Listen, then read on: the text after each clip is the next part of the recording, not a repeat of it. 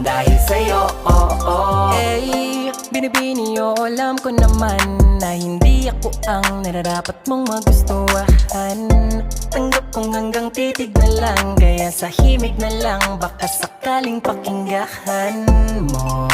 Di man kaya na sabihin ko sa harap mo, para lang aminin ko na laman ka na ang isip ko, at dalahin pa sa panaginip hanggang sa pag-iising ko.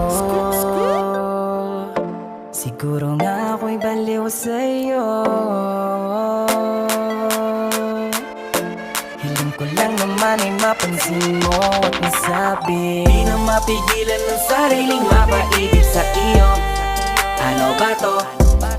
Gusto ka laging nakikita ng mga dalawang mata ko. Baliw sa'yo, kaya laging nag-aabang para ika'y